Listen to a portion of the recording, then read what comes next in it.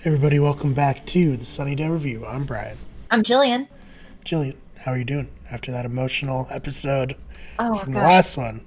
So we did film these back to back. So the goosebumps are now gone. We took like a good 10-minute break. My goosebumps are now gone. The chills are now gone. So moving on to kind of part two of the body to a certain degree. Right. Um so we are starting off this episode by talking about Forever, which is season 5, episode 17, and then we'll also talk about Intervention, which is season 5, episode 18. All right, let's do it. All right, so jumping into Forever, Season 5, Episode 17, originally aired April 17th, 2001, written by Marty Noxon and directed by Marty Noxon. Yep. I wonder if they took March Madness off. I know shows used to do that a lot. Because I remember Survivor used to not air their new episodes during March Madness. Maybe, because The Body aired February 27th. Yeah, and now Survivor's like, we don't give a fuck. Our fans are going to watch it anyways. Like, our 8 million people who are still watching are going to watch pretty much regardless at this point, 40 seasons in. Wait, March Madness is the reason that my shows would all go away even after they had just come back from the holidays? Yeah. God damn it! I'm like, why are my shows going away? Why do I have nothing to watch anymore? You just came back from the holidays! Or you get shows like The 100 where it's like, when the fuck is this airing? Like, Oh my god. like, oh, new episode. Then we have a 3-week break for no reason. Like, anyways. If they decided to end that show with season 5 because it was season 5, right? I think so. Yeah, yes. I think Sounds right. maybe.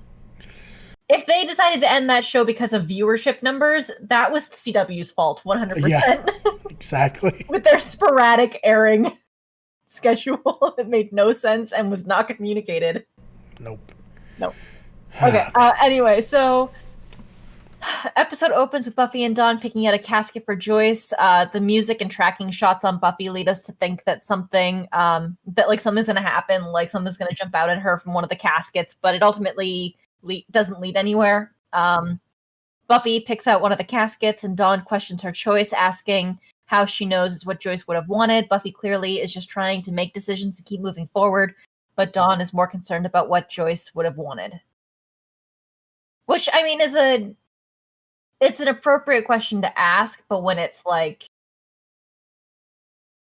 when you're trying to hold up the process for a question that cannot be answered. Mm-hmm. Yeah. Back at the Summers' house, Giles, Willow, and Xander are eating dinner with Buffy and Dawn.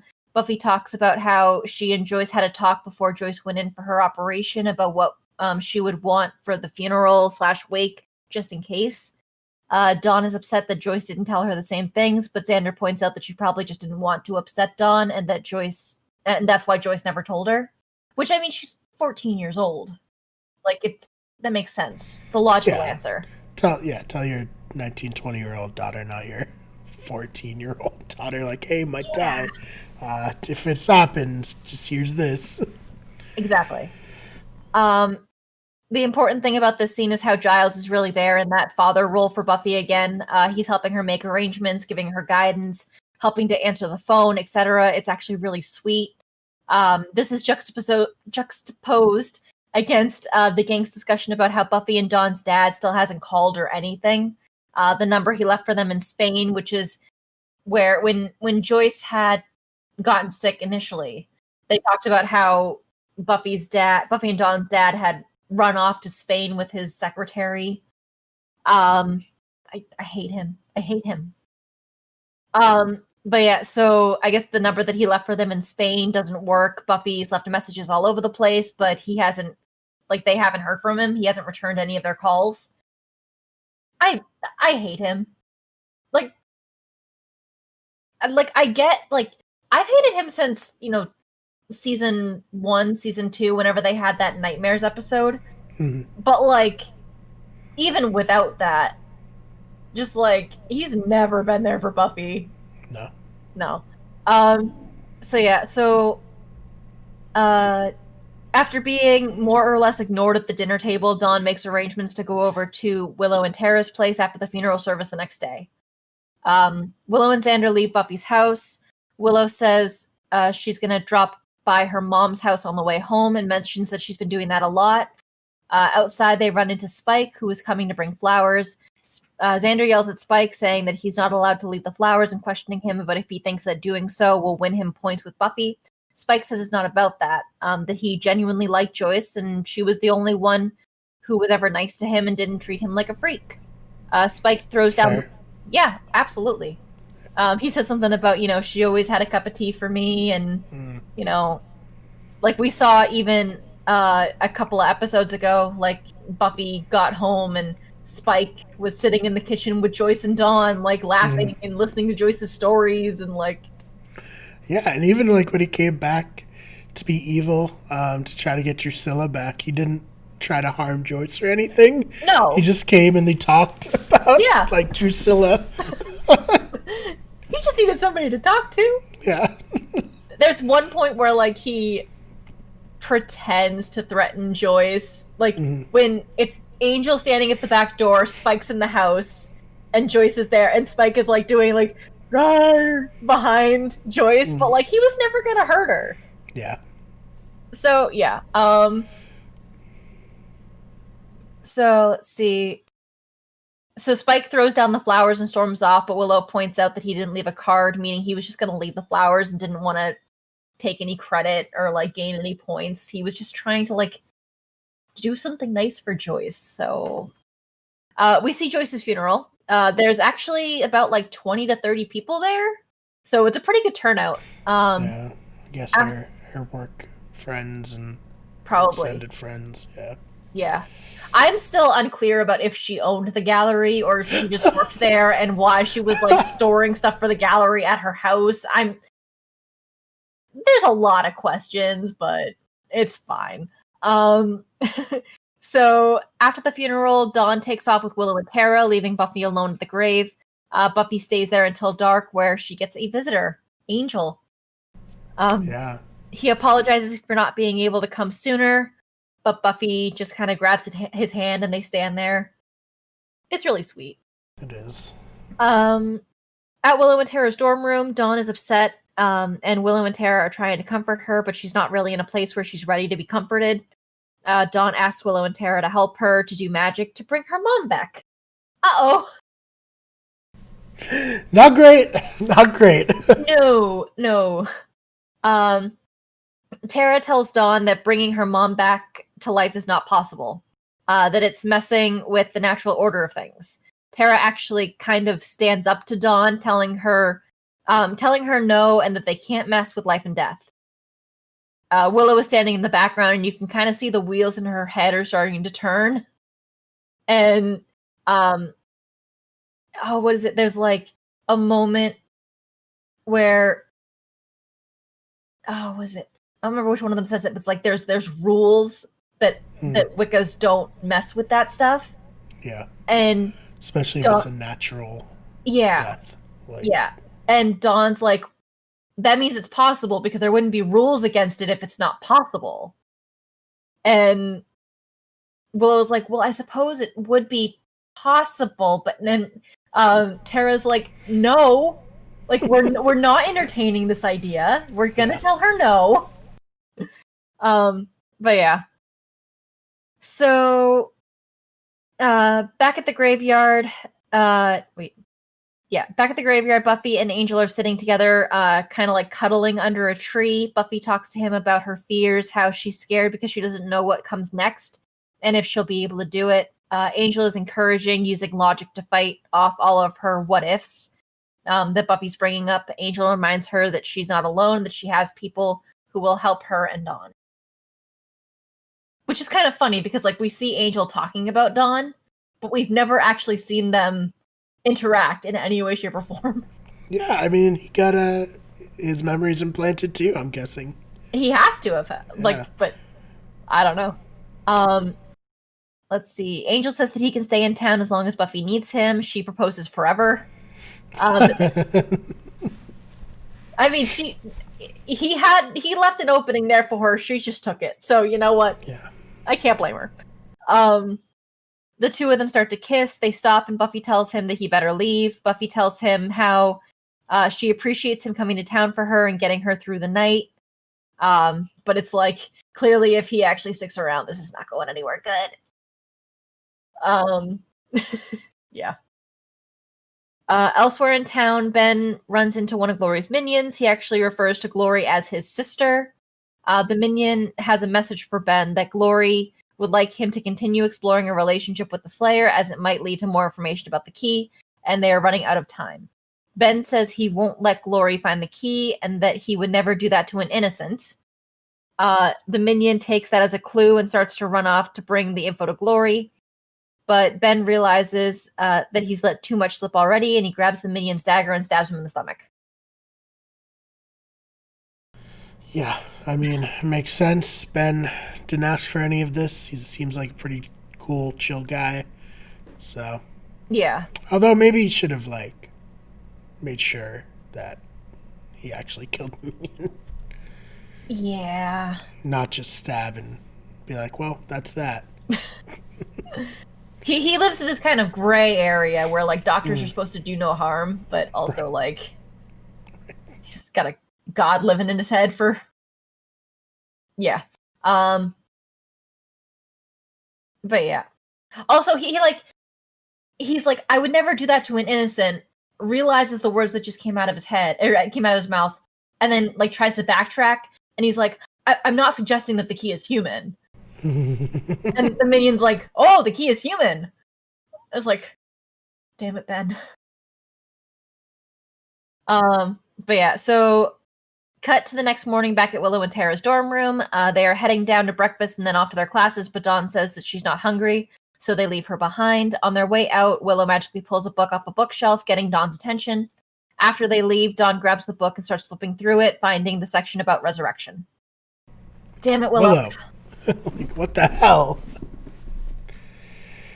Later at the magic box, Dawn is helping to clean while clearly looking for something. Dawn gets Giles to tell her where the restricted section is, with the dangerous books. He directs her to the loft, saying that if any customers ask about anything up there, she should let him know. Anya and Giles then get distracted with other work, and Dawn runs up to the loft to grab a book and some ingredients. She throws them in her book bag. Yeah, not great. No. It's like, oh, and if there was somewhere that has all the dangerous stuff that we should not let, customers just go and browse, where would that be? It's like, damn it. In a way, I'm like, yeah, Dawn, real clever there. At the same time, Giles falls for it hook, line, and sinker. Right. So, yeah.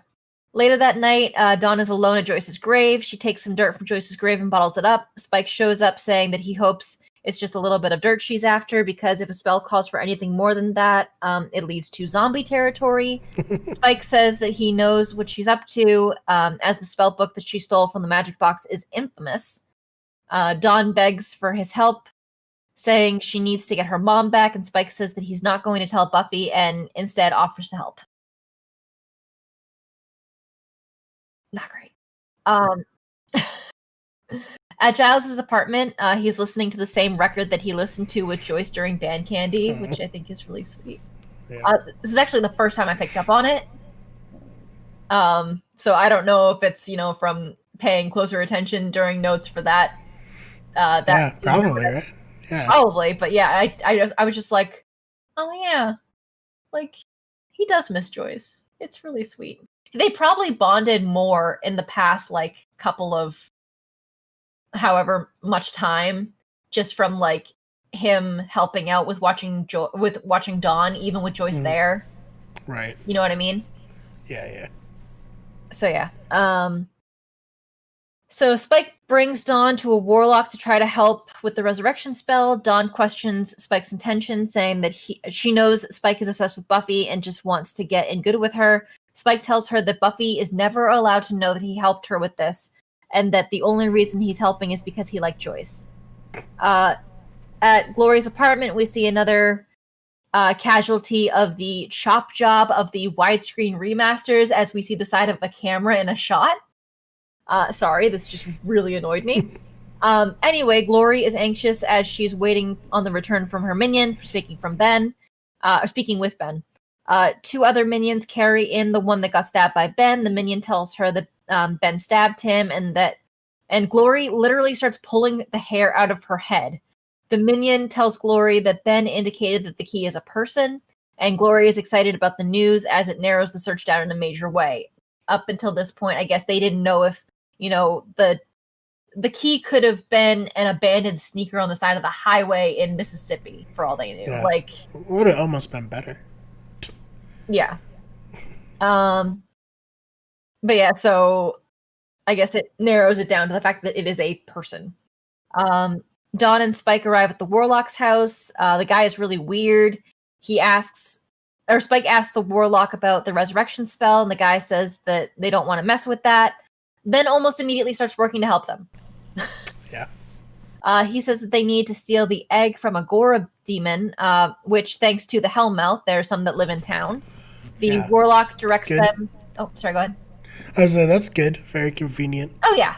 One-stop shop for all your demon egg needs. So let's see. The Warlock directs them on where to find the demon and gives them instructions on how to do the spell.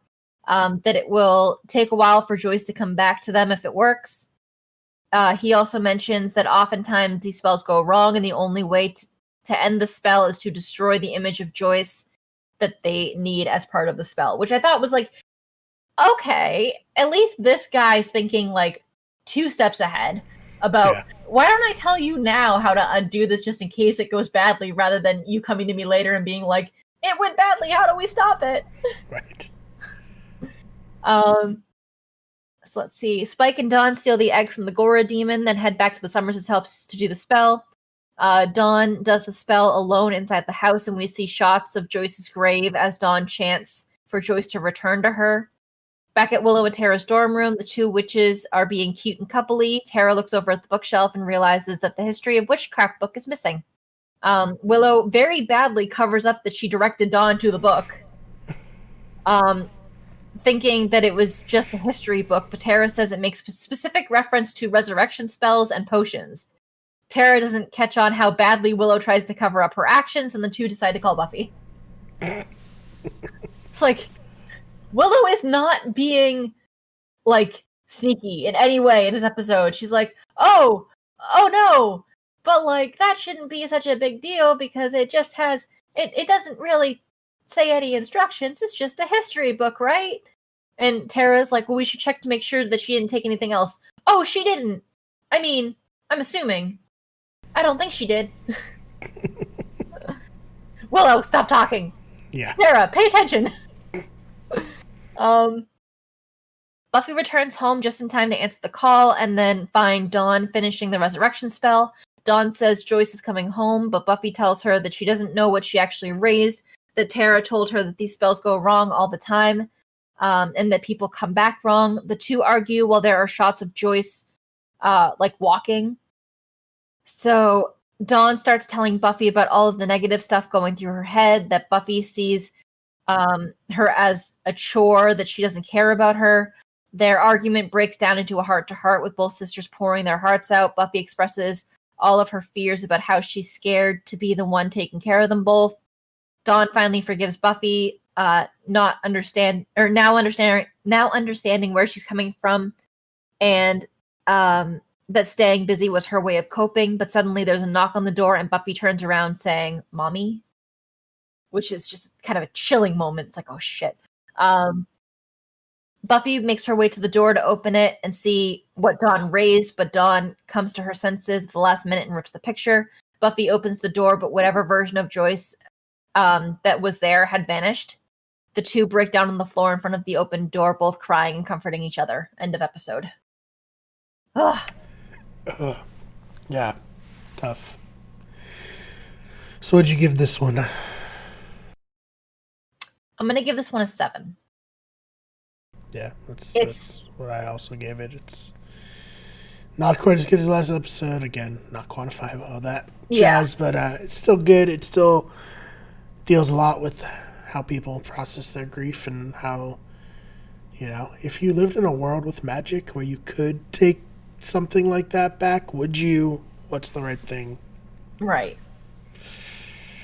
Oh, man. But yeah, so it's, again, not an episode that I return to for fun in any way. No. There's one episode of the next two that we're talking about that I do return to for fun, because it's just a wacky episode. But yeah, but these oh wait, oh no. We are covering in this episode. Sorry, never mind. I don't even, what day is it anymore? I don't know. Okay, so 7's across the board for that one. Moving on to season 5, episode 18, Intervention. Yes. So originally aired April 24th, 2001, written by Jane Espenson and directed by Michael Gershman. Okay, I'm just gonna open this up by saying this is literally one of my favorite Buffy episodes. I'm just gonna put it out there, and it's one that I do return to for fun because it's just kind of wacky. Yeah. It's kind of like a, let's remember the funny parts of this series since we've been very dark the last 2 episodes. So yeah. So episode opens with Buffy, Dawn, and Giles in the kitchen of the Summers' house. They're cleaning up from dinner, which apparently Giles cooked for them. Dawn heads out of the room, and Giles checks in with Buffy. The Summers girls are both doing okay, but some minutes are harder than others.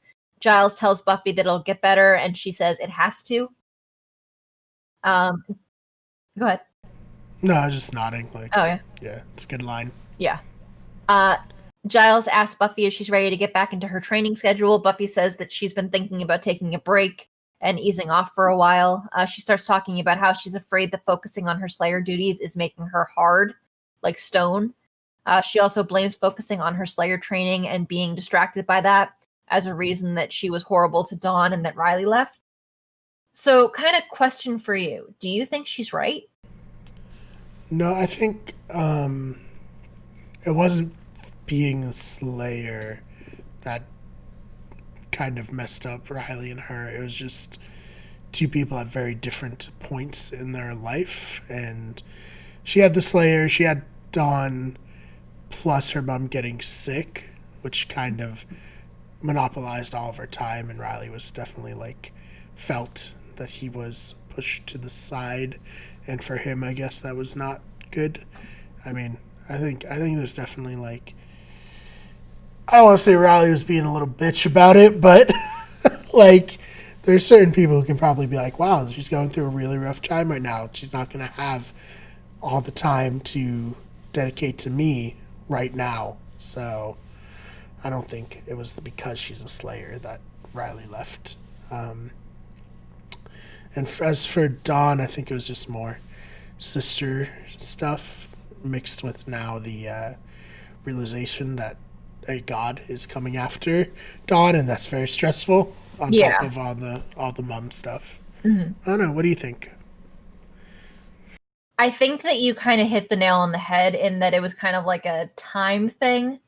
I think it was kind of, I think Buffy got really excited about her Slayer training, and that she was making progress, so her time management wasn't great when it came to remembering plans that she had made with Riley and also like prioritizing their relationship in a way.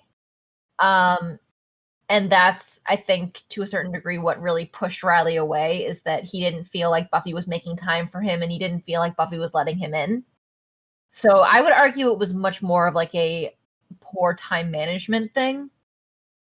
Yeah. But yeah, so as Buffy and Giles continue to talk, Buffy starts to question if her mom ever knew that she loved her. She tells Giles that she loves him and then admits that the word love even feels strange to her. She's afraid that embracing her Slayer powers shut her down emotionally to the point where she's becoming more of a weapon than a person. Which I think is really just, she needs to nail down what mindset she's going to be. I understand wanting, especially with everything that happened with Joyce and not being able to help in any way with her Slayer side. Not having something to fight, not having something to defeat to save her mom. I think that, you know, when people experience loss, they can get into like a mindset of, even if I was not to blame in any way, somehow I'm going to figure out how this was my fault.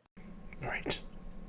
Or I'm somehow going to find a way to blame myself for this, even in some small way. I think that's kind of what I think that's kind of like the period of grief that she's going through and how she's handling it. Right. Yeah. Plus, this, you know, a common thing with superhero stories, like, if you're superhuman, where does that leave you? Your humanity, you know? Can you connect normally to people? So, understandable why she would feel all these things right now. So let's see.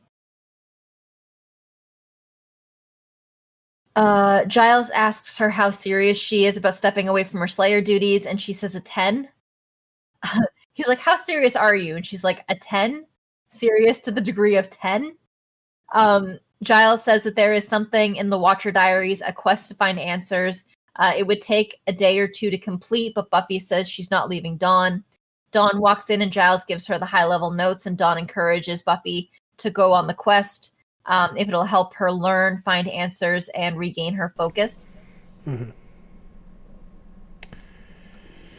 So it's always good for Vision quests. Big fan. It's sweet to see Dawn being very unselfish and being like, if this is going to help you, I think you should do it. Even if it means being away from me for a couple of days. I'll hang with the gang. I'll be fine. Go do what you need to do. So cut over to Spike and Warren. Warren has done some robot magic and made a robot that looks like Buffy, henceforth referred to as BuffyBot. Yes. Warren says that he hooked the BuffyBot up with real world knowledge. Apparently Spike provided like profiles on Buffy's family and friends, as well as some special skills. Oh boy.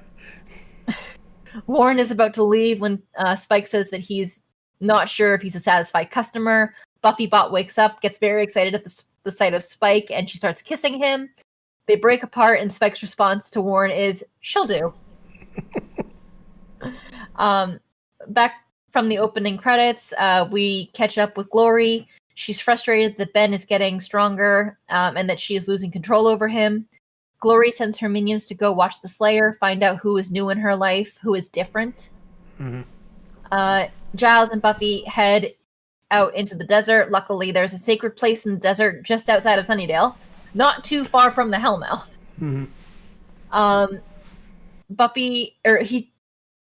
Giles tells Buffy that the location of the sacred place is a secret, and he needs to do a ritual to transfer his guardianship of the Slayer temporarily to a sacred guide.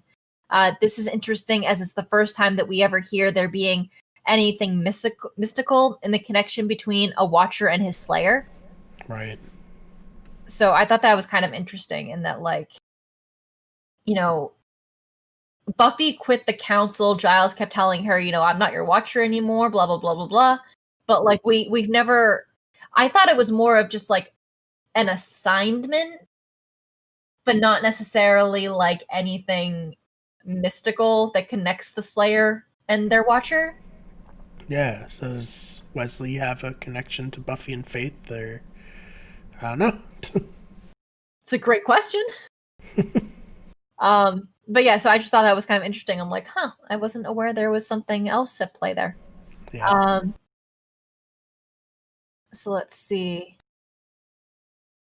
Giles does the ritual, which involves him using twigs to make a circle, and then he must jump out of the circle, back into the circle, and out of the circle again, and then shake his gourd.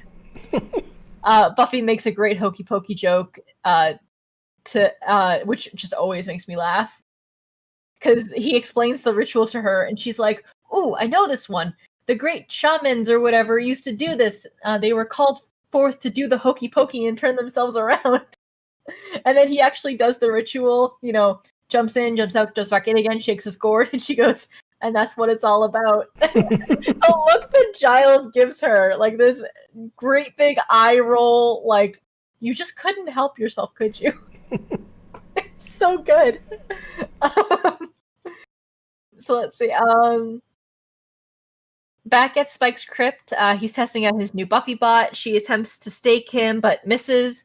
The scene is really cheesy, with the Buffy bot inflating Spike's ego by calling him bad, a fiend, and complimenting his cold, muscular body. The scene ends with Spike and Buffy bot making out and clearly about to jump into some of her other functions.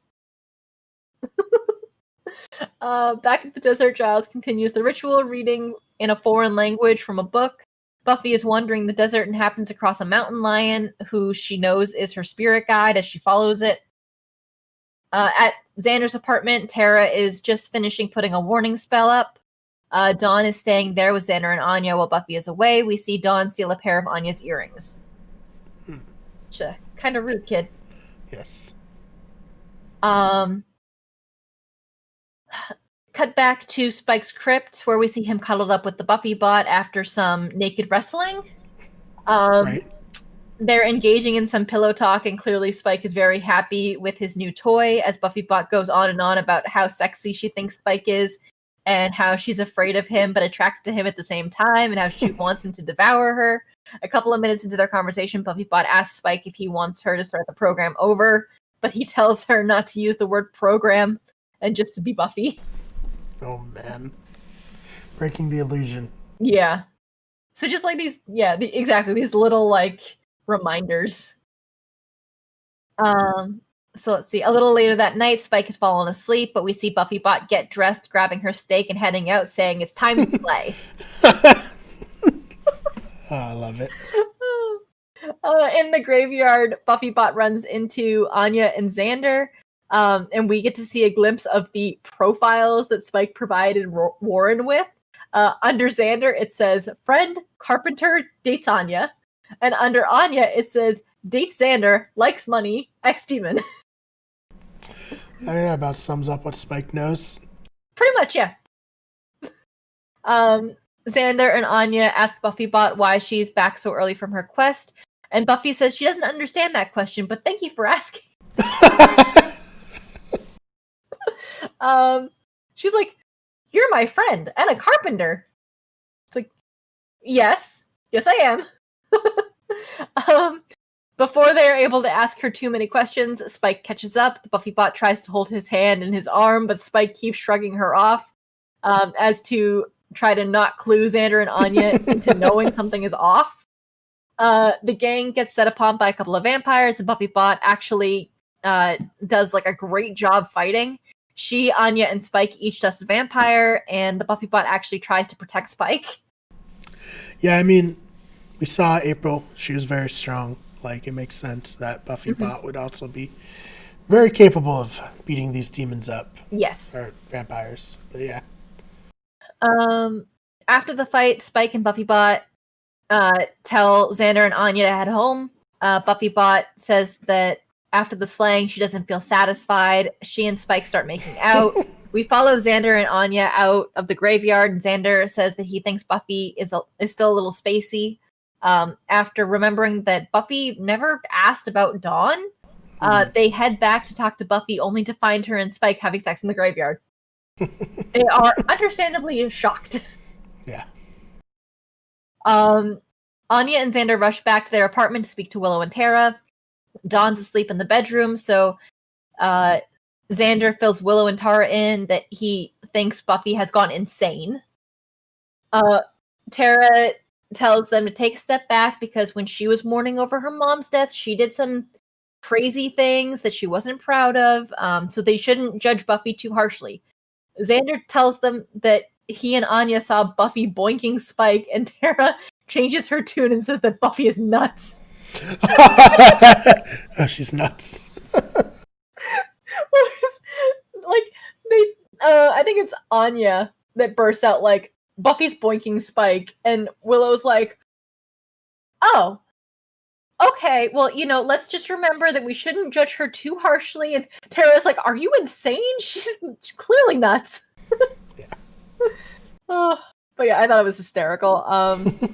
There's just some fantastic writing in this episode, and they've finally gotten like far enough away from Joyce's death that I think they're okay with introducing that like laugh out loud humor back into it without it feeling disrespectful. Right. So this is just like a great kind of palate cleanser episode, and I love it.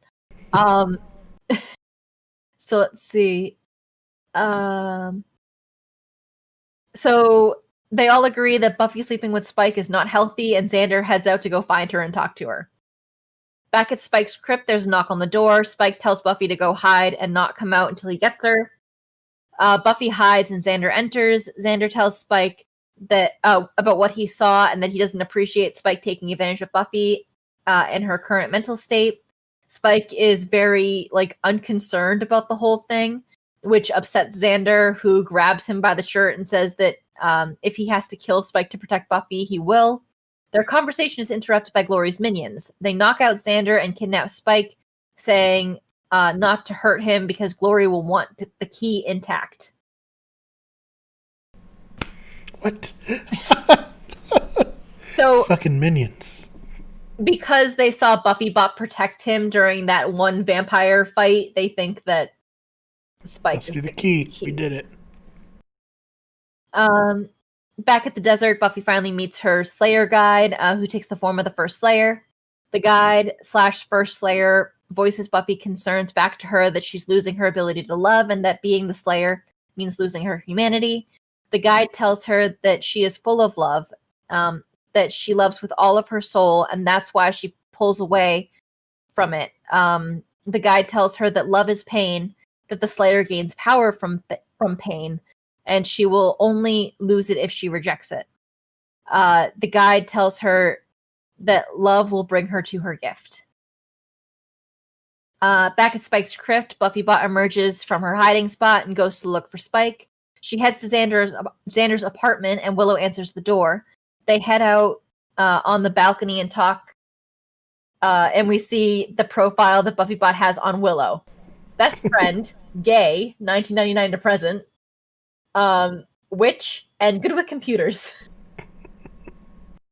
I want to know how Spike knows the year that Willow came out as gay. Well, he knew Oz. Oh, right? True. That's fair. He knew when Oz left. And he knew, like, he was the one seeing Willow and knowing that she was, like, hanging on by a string. Mm-hmm. That she wasn't okay, even though all of her friends thought that she was okay. You're right. Okay, so Buffy Bot reiterates to Willow that she's looking for Spike and she can't find him. Willow asks her if she's been sleeping with Spike, to which Buffy Bot says no. And that she's been having sex with Spike. Fair enough. Willow tries to justify Buffy's actions, saying that she's going through a lot and maybe that it, maybe it made her do something crazy like just this one time. But Buffy Bot says it wasn't just one time. It was lots of times and lots of different ways. Oh, man.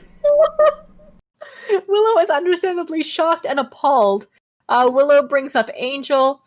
And the Buffy Bot replies, Angel is lame. His hair goes straight up, and he's bloody stupid. Oh, man. I'm sorry. I love this episode so much. It's so funny.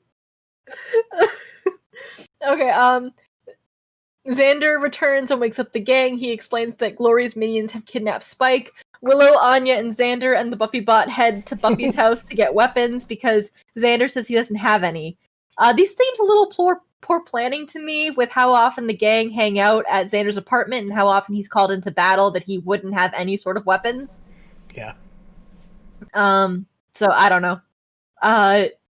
Back in the desert, Buffy is still talking to the Slayer guide. The guide tells Buffy that death is her gift. Buffy argues to her that death is not a gift, but the guide tells her that her question has been answered and disappears.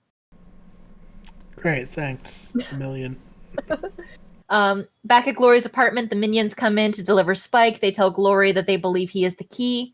Glory tells them that it is impossible because the key is something pure, and vampires are impure, so he can't be the key. Gloria says that she can't even brain suck a vampire, so Spike is completely useless. After the minions tell Glory that Buffy protected Spike above all others, Glory becomes a little bit more intrigued. Spike gets lippy with Glory and starts talking, or takes a beating for it as Glory starts to throw him around the apartment before digging a finger into his chest. Yeah. Let's see. Back at the Summers' house, the gang show up to get weapons. They send Buffy Bot upstairs to get more weapons and to change into something a little bit more fighty. While she's upstairs, Xander, Willow, and Anya discuss what they're going to do next.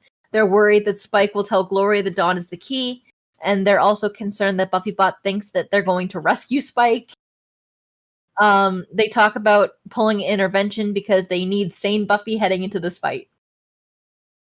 Buffy walks into the room and Xander tells her that they need to talk.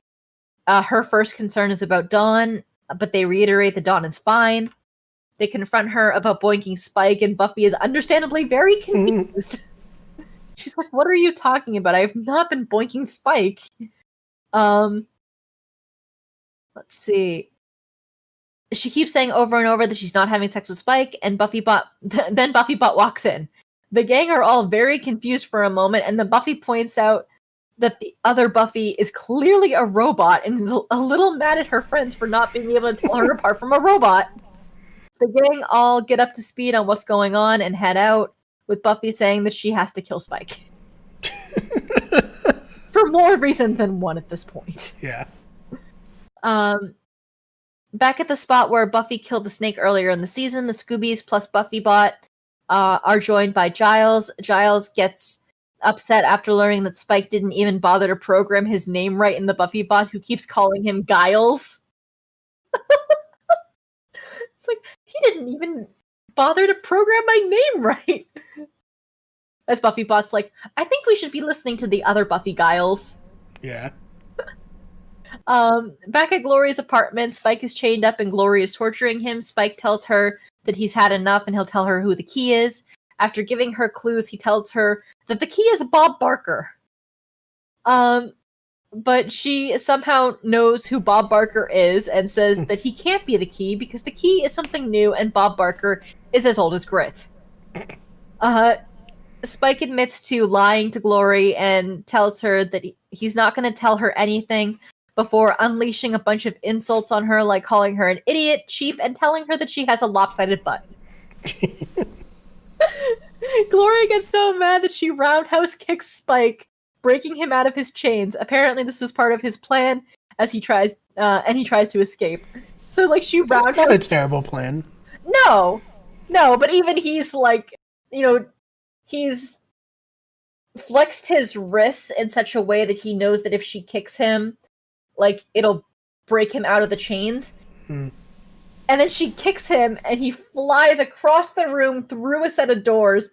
And as he gets up, he's like, "Oh, great plan, Spike." Like, shit, that hurt. Yeah.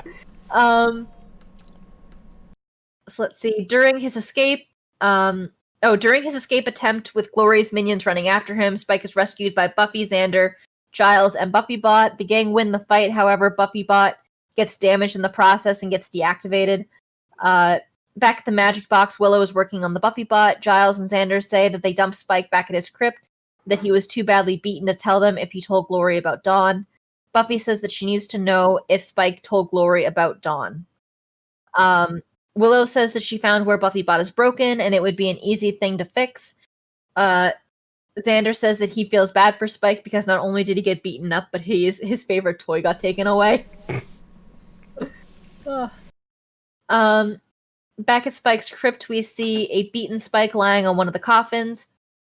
Buffy Bot walks in and asks Spike what happened because he's covered in sexy wounds. Buffy Bot asks Spike why he let Glory hurt him, and he says that it's because Glory wanted to know who the key was. Buffy Bot says that she can just go tell Glory. Which I'm like, did Spike program into Buffy Bot that Buffy Bot knows who the key is? I know, right? Oh, God. That seems a little bit more information than a Buffy Bot would have needed to know. Yeah. So let's see. So BuffyBot says that she can go tell Glory who the key is, but Spike tells her in no uncertain terms that Glory is never to find out who the key is because it would hurt the real Buffy, and he couldn't live to see Buffy in that much pain. He would rather die than let Glory kill him, or he would rather let Glory kill him before telling her that Dawn is the key. BuffyBot then leans forward and gives Spike a very tender peck on the lips, and you can see the realization on Spike's face that something is different. It's not BuffyBot. It's Buffy, the real Buffy. She walks away telling Spike the robot is gone and it wasn't real, but what he did for her and Dawn is real and that she won't forget it. End of episode.